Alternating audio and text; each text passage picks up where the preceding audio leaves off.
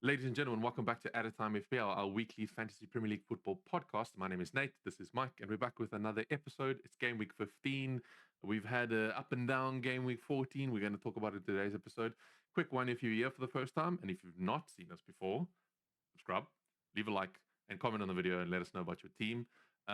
We're growing steadily, about 130 subscribers. See how far we can get. We're also available on Spotify, so if you don't want to watch us, you can listen to us. And I know in the UK, there's train delays all the time. So why not just put on a podcast while you wait instead of wasting your time? But episode 15, quick turnaround, midweek game week. We love to see it. We're going to talk about why bench depth matters as well, as Mike found out. But to start the segment, Mike, shall we just name the obvious thing in that we should probably just always captain Mohamed Salah? Salah strikes again, and Liverpool go behind, and what Salah helps them claw back a lead. I don't know if you saw the goal, Salah's last goal to get the third for Liverpool. Man, he just turned the ball, tucked it into his pocket, and just slotted it home. It was just class. Slot. What did you Slot. say? Slotted at home. It was intentional. No, it wasn't, but I'll take it. Yeah, no, it was such a good game to watch. I turned it on after the Chelsea game, just to see what was happening. But yeah, Mohamed Salah No, is different. He's proving he needs that contract. He's proving to Liverpool every single game. It's like, what are you going to do without me? Yeah, exactly. And that's the truth. You have to either bring a player in to replace him, which is near impossible, or you have to have someone in your team already that's going to stand in his place. And who is it? Yeah. You tell me who can do what Salah's doing in that Liverpool team. Mudryk. No, I'm joking. Absolutely no one. I think you're right. And apparently, according to David Ornstein from The Athletic, apparently they are working and pretty close to a deal. We'll see. But we had a chat off air talking about if Saudi comes knocking with a couple 500 grand, 600 grand a week, can you say no? So we'll have to see what unfolds in January. But nevertheless, Mohamed Salah, you need him in your team. Nothing else to say about that. He's rising again tonight. I'm sure he'll rise again tomorrow night before the deadline closes. So yeah, keep him in your team. Yeah, Salah's pulling them up to the top, but just behind him, Ooh, so excited. A couple of points behind. What is it? 7, 8 points behind. 7 points behind, and ahead on goal difference. Arsenal and Chelsea are sniffing. They're waiting for the blood. Yeah, they're waiting for Liverpool, and Liverpool bled a little bit this week, dropped 2 points. So let's see how the Christmas season turns out. And I think it's starting to turn into a proper tilt for the title, because if Liverpool drop a few points and City, we'll talk about them a little later, tighten up, we're going to have a 4-way run for the title here, and that's going to be an amazing way to bring in 2025. Yeah, just 4 months of insane football, and who knows who wins the title. But right now, Chelsea and Arsenal are just chasing. But from an FPL Chelsea's point of view, outright second. Finally, officially, we are officially second, which is great. We'd love to see FPL wise, though, assets from both teams are really proving essential. You got Gabriel out, but Saliba on corners, heading home. Timber as well scored, who he played in place of Gabriel. If it was Gabriel, probably would have scored again, just showing that Arsenal set pieces quality. So the defenders will probably get involved. And Chelsea sharing the points out. Enzo, Palmer. Yeah, Chelsea was on the Oprah Winfrey show this weekend. Maduake. Everyone was getting the points. It's just points everywhere. Speaking of that fourth team in the title race, that I would say in this 4-way title race, if Liverpool drops some points, would be Man City. And what do we think about the return of KDB? Okay, so Mike, there's 2 players that Man City need to win any league. It's Rodri and De Bruyne. All right, it's that simple. De Bruyne comes back, 3-0 victory. Not just attacking threat. De Bruyne is tracking back, collecting the ball, and pushing it forward. He's finding Haaland, although not as much, but he's making the plays because Haaland gets marked. He finds Doku, he finds Bernardo Silva. Yeah, I think that this is my reward for keeping Haaland, because I feel like that City can build on this. I shouldn't be saying that because we're against City. However, from an FPL point of view, I'm quite excited to see. And as we saw on the weekend, KDB is just such a good threat. And I'm glad that he's scoring points, because it throws another midfielder in the mix for us to pick as a differential instead of the generic Saka, Palmer, and Salah, because that's who it's been this season. if Haaland's form continues like this, we might see a switch around of focus on KDB over Haaland. Mm. And the points coming from there being the big price point. Let's go to the bottom of the table because the two whooping boys have revealed themselves. They Yeah. are there for the taking. They The just points will love to come. lose, don't they? No, shame. Southampton game. I have a mate that went to go watch it live. He's a Chelsea fan. He said it was probably one of the best atmospheres he's been a part of. From the Southampton fan running on the field, getting his match ban forever or his life ban from the stadium, to the red card from Cucurella's head being pulled. There's just drama. To a clown fest of open opportunities for Chelsea. They could have made it like 7-1 or 8-1. Palmer could have probably had a hat trick, but nevertheless, it was just a crack of a game. Not for Southampton though. But that's being said, I think it's safe to say that if Chelsea's B team, let's say it what it is, Chelsea B team can go out. Well, B team featuring Palmer can go out and score 5 goals away. Does that mean that anyone that's playing against Southampton, you got to look at as a potential captain job? I mean, they sometimes turn up, but it's just they play such open attacking football. Yeah, they're And not if you scared. match their Yeah, if you're not if you're not scared, you play with no fear and you attack their open, you might concede a goal, but you're definitely gonna outscore them. yeah. But especially with the injuries they have. And Wolves are doing no better in terms of just playing out right It's just attacking all out football. football. Yeah, In my years of watching the Premier League, when these teams at the bottom of the table don't become pragmatic and defensive and bring out, if they're struggling and they don't come with the Big Sam mentality, um, Tony Pulis mentality, they don't come with those mentalities of defend, be tough to beat, block out opponents. I mean, normally these types of teams, they just sit back and yeah, Chelsea can't break them down and they win the game. yeah. Right. But they wanted to play with their style and pass up in the back and interview for Maresca and Pep to see if they're going to be the new goalkeeper. I feel bad for that guy, Lumley.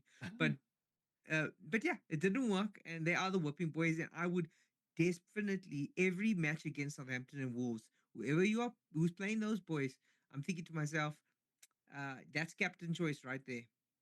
Especially if one of the big guns plays against them, you know a Definitely. big score's coming in line. But tell me a little bit. You Definitely. were talking about Amazon streaming their fixtures. Did you get to watch? So if we had a sponsor segment, this is where we would go, but we don't. But if you'd like to sponsor the episode, email us and we'll put you right here. But for those of you that don't know, Amazon have bought 20 games, so for December only, that they are streaming if you have Amazon Prime. So for those of you that are in the UK, if you haven't yet, cancel TNT because it's 30 quid a month and just get Amazon for the month because also number one is Christmas, so you can buy Amazon Prime stuff. Very good marketing from Amazon, I must say. Number two, you get to watch all the Premier League games, literally every single one. So yeah, I attempted to, but they clearly need a lesson in live sport entertainment because the bandwidth was pretty bad. So maybe that's something they need to work on. It was kind of like the Jake Paul fight with Mike Tyson. Just the battle was with the subscribers, not the actual fight. So that kind of situation. But nevertheless, was managed to watch some of the games. So yeah, it's good fun. So if you don't have it, get it. I guess if you don't, doesn't matter. It's not sponsored. I don't really care what you do with it, but it's good to know. It's interesting, and there is debates around the world whether streaming is really the future of streaming Sports packages. entertainment. Yeah, Giants like Amazon and Netflix are the future, so we could be seeing more of this in the coming years. But let's go back to football. The big talking point, I think, and let's just talk a little bit more about this. Like, Nate, why didn't you captain Salah? Why don't we keep captaining Salah? Why do we just leave the Egyptian god card, Exodia, to just, just leave you him know, on the deck. Leave him in the field. Just put him face up. Leave him there. Yeah. like what do we do? Like what are you doing out there if you don't have Salah? Number one, poor form. Number two, if you're not captaining him, you're missing out. Subpar form, not completely poor form. Yeah, I mean, look, we were on the phone before the deadline, and I was like, I think I'm going to captain Cole Palmer. I just had this feeling, and also because he like scored last week, so I was like, oh, maybe he'll build. He didn't quite get the haul that I wanted, but at least he scored. Um, you go and tell me that's what everyone in the top 1,000 people are doing. There's like 60 odd percent of the managers apparently captaining Cole Palmer, which, to be honest, disclaimer, I really don't pay attention to the top 1,000. I literally just have my little Price Rise app and just take notice of what the pundits are saying in FPL. That's literally The my thing source is, material. Nate thinks like a top 1,000 But I'm just manager. not He there. thinks like one of them. And you can't actually think like that if you're not up there, I think. I feel like if you're not up there, you can't play like them because you're never going to catch them. So I was a little bit annoyed that I captained Palmer and everyone else, the majority of the top managers did. Fair play to those that captained Salah. I think there was about 30% of you. But still, Haaland being the most captained leads me to question that if Haaland's the most captain, that still means he's in most of the people's teams. So you have to keep that in mind going forward for his form. But I made a mistake and I'm going to take my own advice moving forward. And I think I'm just going to captain Salah until it really is a bad fixture. But even then, Mike, he'll probably score, even if it's a fixture. If he's playing against Arsenal, he'll score. If you're playing against, he's going for the league title. So yeah, I think he's the one. Until he leaves the Premier League, I'm probably going to just leave it on Salah. So yeah. Yeah, Salah's definitely the pick. And yeah, I don't know. Do you think City has turned a corner? I'm hoping Do you- so for my FPL, and not so much so for the Premier League because I don't want another team riding up Chelsea's buttocks. Nevertheless, I hope that Haaland starts getting some points and people start bringing him back in because if people bring back Haaland, that means they have to get rid of Palmer, Saka, or Salah. So it's a win-win for me. So I'm sitting pretty. We'll have to see if they can build on it though. I'm pretty sure with KDB back, um, they look way more solid than they did without him. So yeah, I mean, Pep, this is where Pep will prove to be the best manager of all time, really. let's not And, forget, like he's won the Premier League 6 times. He's done the treble almost twice, but and basically he's twice. won 4 in a row. He's like, it's a bit silly. Like, it's that age old tale of you can do a million things right, but do one thing wrong, and you'll be remembered for that one thing. It's just the way it is. It's a bit sad because he's still a great manager. You hate him or love him, you can't deny that he's a great manager. So, yeah, I think that Pep has got something cooking behind the scenes. And I'm not just talking about the store in South Africa that has good clothing deals. Don't buy from Pep. Anyway, that's a joke for the South Africans if you're watching. Welcome. But someone else I wanted to talk to, pivoting to the Pep lookalike in Maresca and Chelsea again, is that budget pick who you went for, who I backed and hauled for his price was Enzo Fernandez coming in at 4.8 mil, getting you the assist. What do you think? He Is he could have had more. worthwhile? Yeah, I It agree. was he's all over the place. He's on form. He just got divorced from his wife, so this is divorce Enzo in his Ooh, prime. revenge Enzo. Like he's Maybe he making can focus now more. Who knows?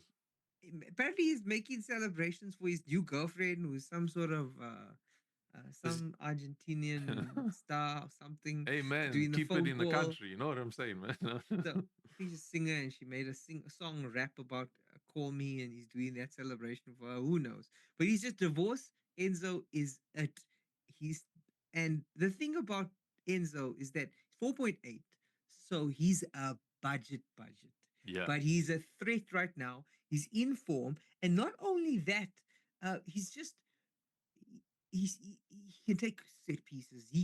He's on corners. He might get a goal every now and then if he plays further forward. We had a joke before at the end of our last podcast. Afterwards, we were like, should I captain Enzo Fernandez? Because as much as Palmer got that goal, I think Enzo and Palmer could have both could been have two hauled. assists and a goal for. And Yeah, don't forget, Enzo's on the corners as well, and on some set pieces.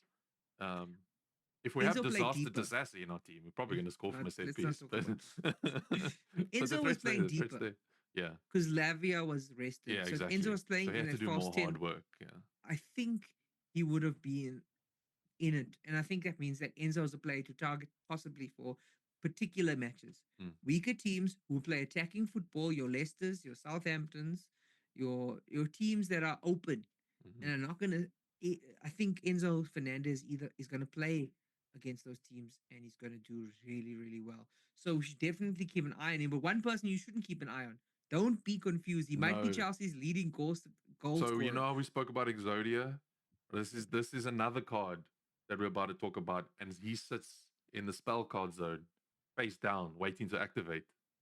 He's a I trap activate card. my trap card. Nkunku is a trap. Okay. He's only playing in the B team. He only played in the Premier League because it was our midweek fixture. He's going to keep playing for the next two European games across December, and he's going to not be one to rely on for the and Premiership. he's heavily been linked with a move away from Chelsea in January. He doesn't look happy. He No. looks annoyed. Yeah. But you know what? Something to keep in mind. Jackson didn't play because he has a yellow card. Jackson most likely is going to get a yellow card on Saturday, Sunday, You know, which means that Jackson yeah, is going to be rested for one game, possibly the next Premier League game. So even though we're saying he's a trap, he's not he's definitely not probably the going to long term start. pick. Yeah. If Jackson is suspended, Nkunku is an option. Mm. Yeah. So keep it in your back pocket just in case. But if we're speaking about the guard card of Salah, you got Nkunku is a trap. But Palmer is ever consistent No, in my his. God. My God. How good is he? Come on, Nah, how good is he's he? just. You can tell that he's gonna get something, and you can even tell because he's so appreciative of how he plays that he shouts out FPL managers. You sent me a screenshot of him. He posted to on Instagram. He said, "Sorry, Nkunku, my FPL managers needed me, and I was there. I needed him, and he delivered." So I mean, yeah, I think he's just becoming more confident and more comfortable at Chelsea. So I really don't see anything like he's honestly. I see him at like 11.5 next year. I'm scared of his price next year, but he definitely is an FPL points machine. And the stronger Chelsea get, and he seems to do really well against weak teams. Yeah, So because December they don't know how to is mark him as well. But like you say, Chelsea's running is insane. We've got 7 weeks of green FDR. Yeah, this is the but time that just Liverpool drop points and become first. What? stay away from our defense though. Yeah, We no. play no monsters in defense cards, yeah. No. The Yu-Gi-Oh references are heavy, but Chelsea yeah, and stay away. Chelsea enjoy airing their dirty laundry. They don't like changing their sheets, so they never clean. All right, they never clean. So just stay away from them. Fair play to Jorgensen. Had a decent game, I must say. Like good shot stopper, but as far as clean sheets go, it's not really Chelsea's strongest thing at the moment. We are just outscoring the opposition. So yeah, But yeah, and speaking of which, because we've mentioned Nkunku, we've mentioned Enzo, does that mean that there are some insane budget picks you would pick to fill up your midfield? Like, especially if you like Nate and you still have Haaland. I mean, Enzo is a budget pick, but he's worth points right now.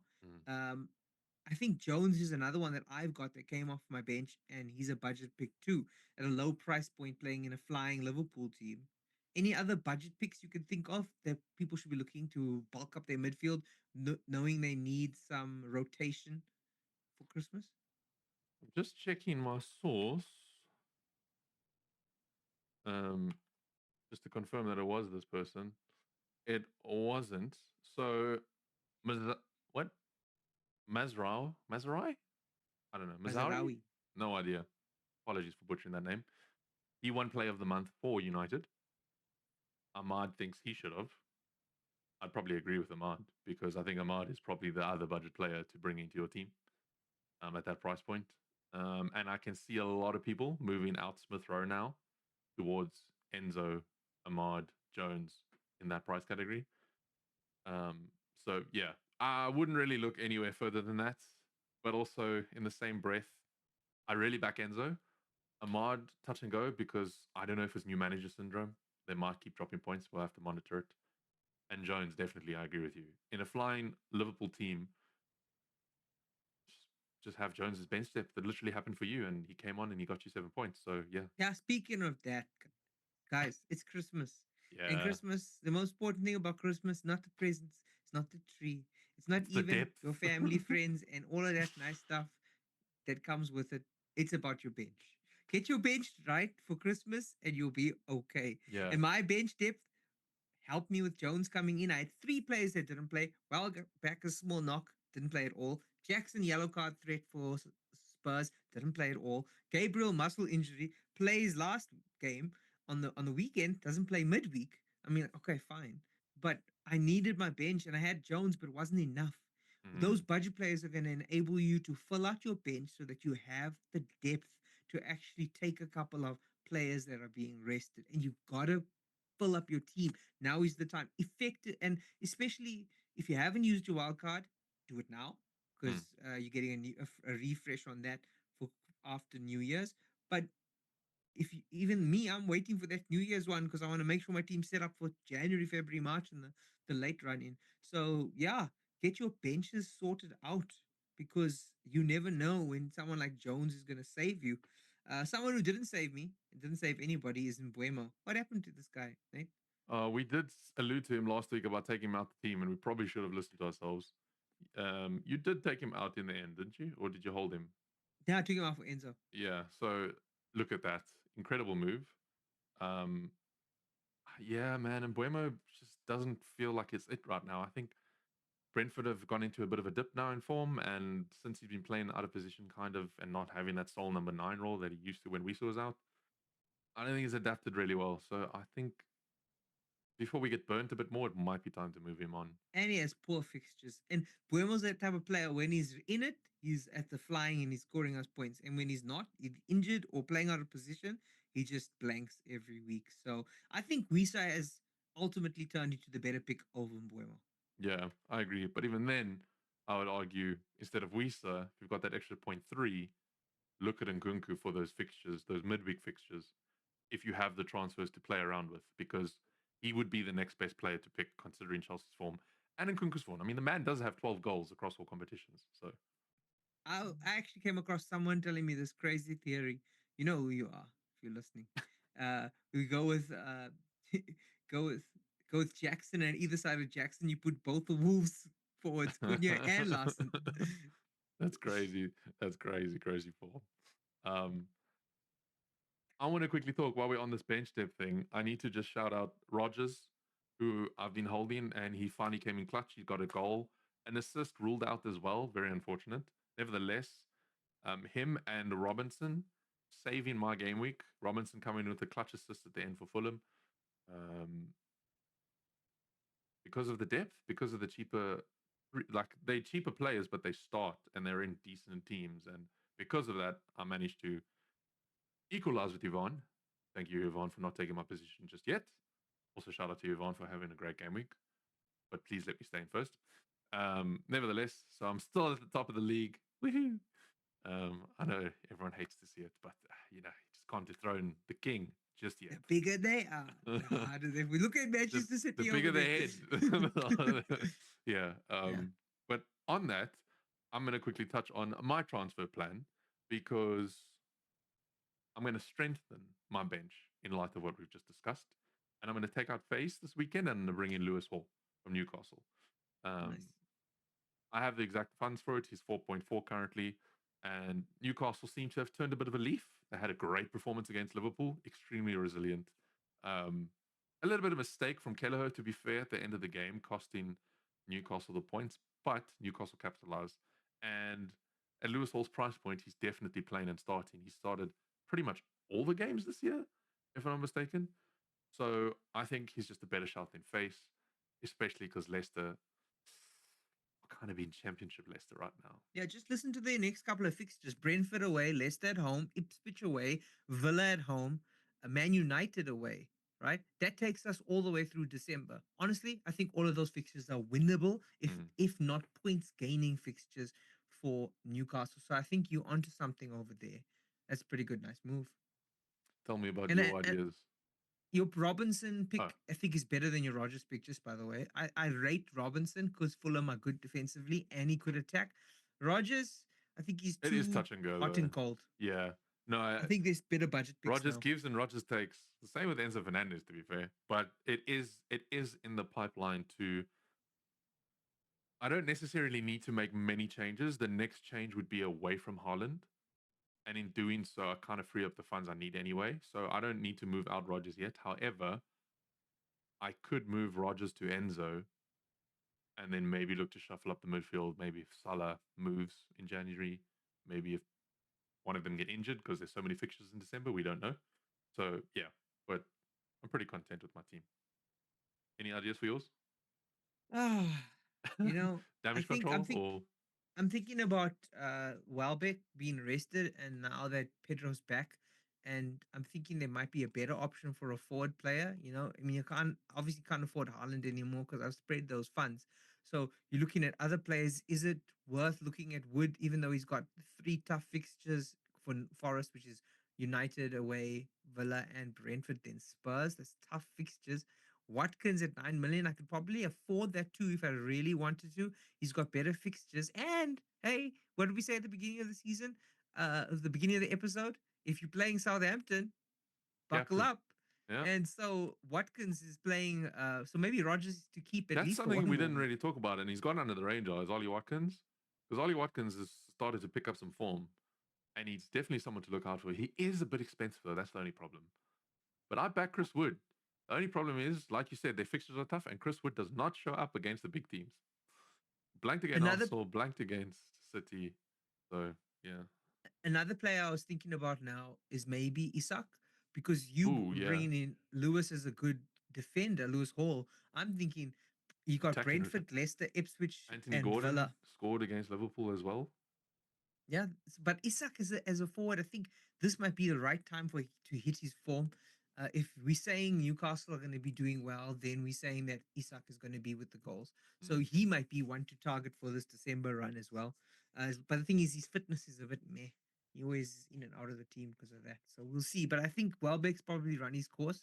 And I think if I'm not going to change to Pedro, then I'm going to change to maybe Isak. And that's what I'm looking at. And I also would love to bring in Van Dijk if I could.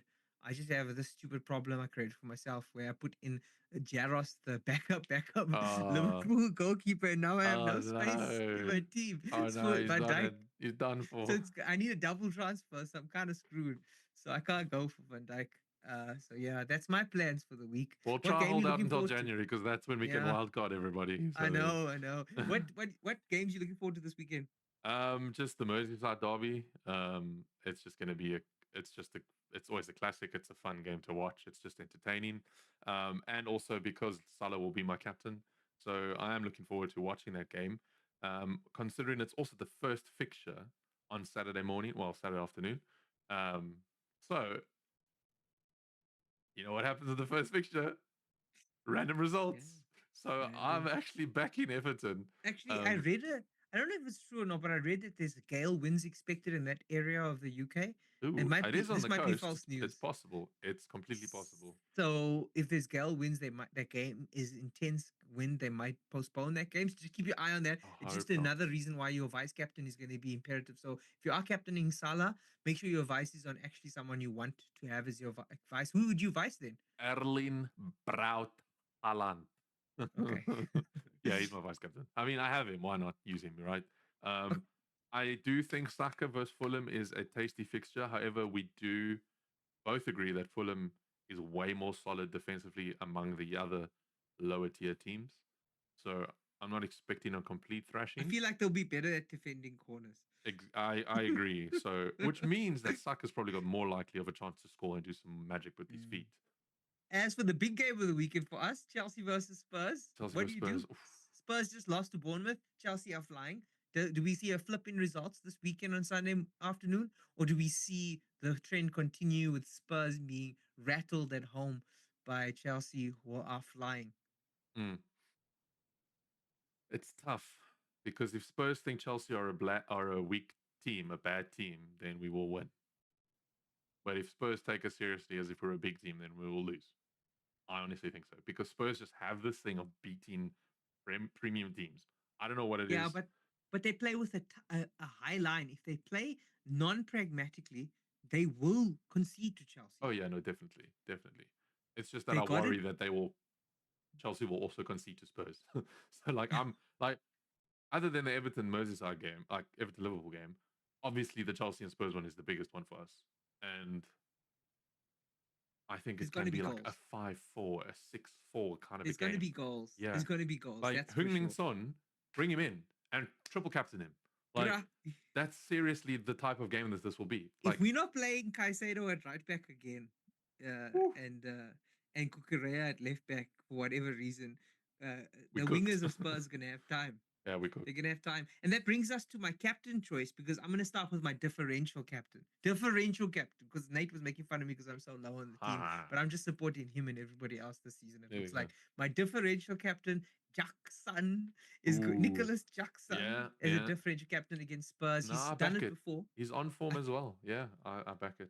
there's nothing better than seeing your team play with your captain as well. So, but tell me about the smart choices, Nate, for the Mohamed good FPL Salah players. Egyptian God Khan. Yeah, no, he's the obvious captain choice. Playing Everton again, a bit of a weaker side. However, early fixture, first big kickoff. I have a colleague that's a Liverpool supporter who's convinced all the TV stations hate Liverpool because they always give them that 12:30 slot on a Saturday after Champions League. So who knows? Maybe someone at TNT hates Liverpool. Anyway, they are playing that first fixture, so it can throw up a weird result. And if it gets postponed, obviously no captaincy from there. But I think he still is the safest pick because Merseyside derby or not, probably going to score. Um, Second for me would be Saka because the majority of people moving towards him. And it is Fulham, although because it's a little bit tough against Fulham The because they London can derby. defend. Yeah. Um, the other obvious one would be Haaland, but they're all away, which is quite difficult. Salah's playing away, Haaland's playing away, Saka's playing away, And and Chelsea. Palmer's playing away. Like, yeah, and Jack's playing away. It's not really an easy captaincy week. So basically, captain Son and just hope for the best. Now, I'm joking. But for me, it's Salah, and then my differentials or second, third choices will be Haaland and Saka. But I Haaland's my think vice. So. if KDB's back, Haaland scores a hat trick this week. That's what I'm saying. And I'm not even KDB having. back, Haaland on the attack. There we go. You heard it there. You heard it first. You heard it last. And you better captain him. And if you don't, at least have him in your team. And if you are like me and you moved him on, we're going to be hiding behind the cup for that game. Here we go. But I think that's all we have for today. That is it for Game Week 15, episode 15. At least things are back to normal next week. So we can get some rest in between sessions. It'll be a normal weekend kickoff time. But still happy that Premier League games are coming because it's just good football to watch. Loads of cool fixtures this weekend. There is still European competition as well. Yeah, that's coming. So we'll probably be talking about that. So stay tuned. Once again, let us know in the comments who you deciding to captain with. Do you think it's Haaland? Do you think it's Salah? Do you think it's Saka? Do you think it's Palmer? And let us know of any transfers that you may be making. And if you agree with my change to have better bench depth or Mike's change to, throw away his captaincy. Yeah, to basically just attack, bring out all the forwards. Yeah, thanks so much for watching. And hopefully the points are in your favor this week, but not too much in your favor because I'd like to climb. Please, thank you, top 1000. And we'll see you guys next week. Cheers. Good luck.